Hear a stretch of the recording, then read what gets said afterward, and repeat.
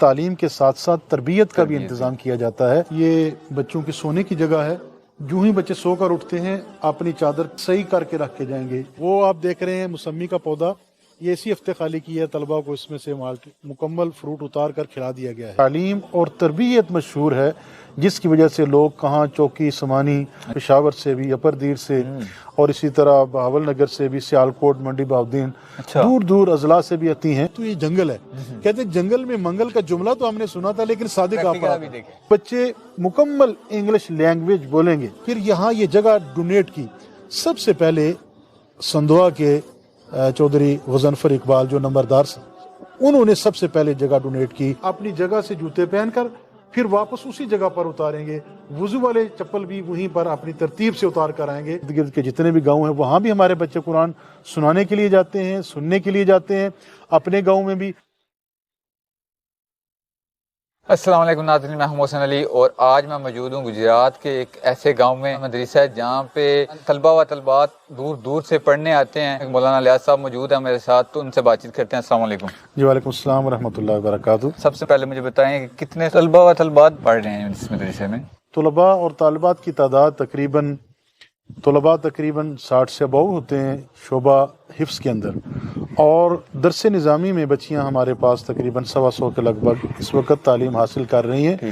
طلبہ و طلبات زیادہ تر گجرات شہر سے ہیں یا گجرات سے باہر سے بھی یہاں پہ پڑھنے آتے ہیں؟ جی الحمدللہ، ہمارے ہاں صرف تعلیم نہیں بلکہ تعلیم کے ساتھ ساتھ تربیت کا بھی انتظام کیا جاتا ہے، جس کی وجہ سے آپ بخوبی جانتے ہیں کہ یہ ادارہ شہر کے ماحول سے بہت دور ہے، دیہات کے اندر اور دیہات سے بھی باہر ہے، لیکن یہاں کی تعلیم اور تربیت مشہور ہے، جس کی وجہ سے لوگ کہاں چوکی سمانی اور وہاں سے بھی، اور بعض اوقات بچیاں پشاور سے بھی، اپر دیر سے، اور اسی طرح بہاول نگر سے بھی، سیالکوٹ، منڈی بہاؤدین، دور دور اضلاع سے بھی الحمدللہ بچیاں آتی ہیں اور آ کر یہاں تعلیم حاصل کر کے اپنے اپنے علاقوں میں دینی خدمات سر انجام دے رہی ہیں۔ بچوں کو کون کون سی سہولیات دی جا رہی ہیں اس مدرسے میں؟ جی الحمدللہ، اس میں بچوں کے لیے رہائش، قیام و طعام مکمل ان کا بندوبست ہے، اور اسی طرح میڈیکل بھی ان کا فری ہوتا ہے۔ ٹھیک ہے، تو اس سلسلے میں جو ممکنہ سہولیات ہوتی ہیں الحمدللہ وہ ان کے لیے مہیا کی جاتی ہے۔ جب سے یہ ادارہ قائم ہے، بچپن میں اس سے پہلے میں دیکھا کرتا تھا کہ ہمیں اپنے گاؤں میں بھی تراویح میں قرآن سننے کے لیے باہر سے حافظ منگوانے پڑتے تھے، لیکن میں آپ کو تحدیث بن نعمت کے طور پر بتاتا ہوں کہ ابھی یہ وقت ہے کہ میں کہتا ہوں کہ پچھلے سال بھی بہت دور دور اضلاع تک بھی اور دوسرے گاؤں میں بھی ہم نے بچے بھیجے ہیں، بلکہ ایک مدرسے میں ہم 4 5 جگہ پر بچوں کو کہتے ہیں سناؤ۔ اس سال بھی ایسا ہی ہے، آپ دیکھتے ہیں ارد گرد کے جتنے بھی گاؤں ہیں وہاں بھی ہمارے بچے قرآن سنانے کے لیے جاتے ہیں، سننے کے لیے جاتے ہیں، اپنے گاؤں میں بھی، اور الحمدللہ اسی ادارے کا فیض ہے۔ جو کھانا وغیرہ اس کے لیے کوئی خاص مینیو سیٹ کیا جاتا ہے بچوں کے لیے؟ جی الحمدللہ، ہم کوشش کرتے ہیں کہ طلباء اور طالبات کے لیے معیاری چیزیں ہوں۔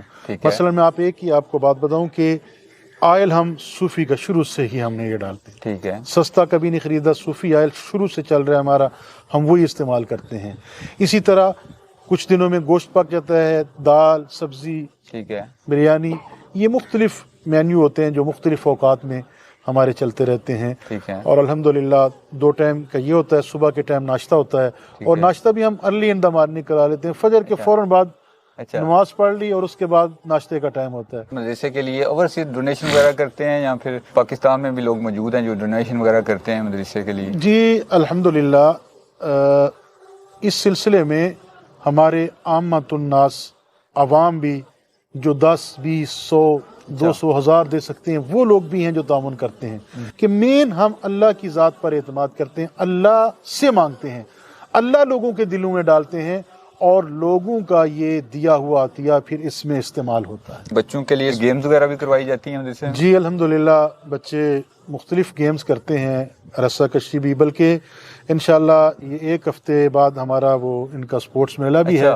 وہ کچھ لگے ہوئے نیٹس وغیرہ آپ کو وہ بھی دکھاتے ہیں، اور بچے پھر وہ رسہ کشی بھی اور جمپ وغیرہ، دوسرے کرکٹ وغیرہ، یہ بچے سارے کھیلتے ہیں گیمیں بھی۔ نعت کے کمپٹیشن ہوتے ہیں، کیا بچے اس میں بھی حصہ وغیرہ لیتے ہیں؟ جی الحمدللہ، نعت میں کمپٹیشن ہوتی ہے، 12 ہمارے بچے اس میں پوزیشنیں بھی لے چکے ہیں، تلاوت کے۔ میرے اپنے بیٹے 2، انہوں نے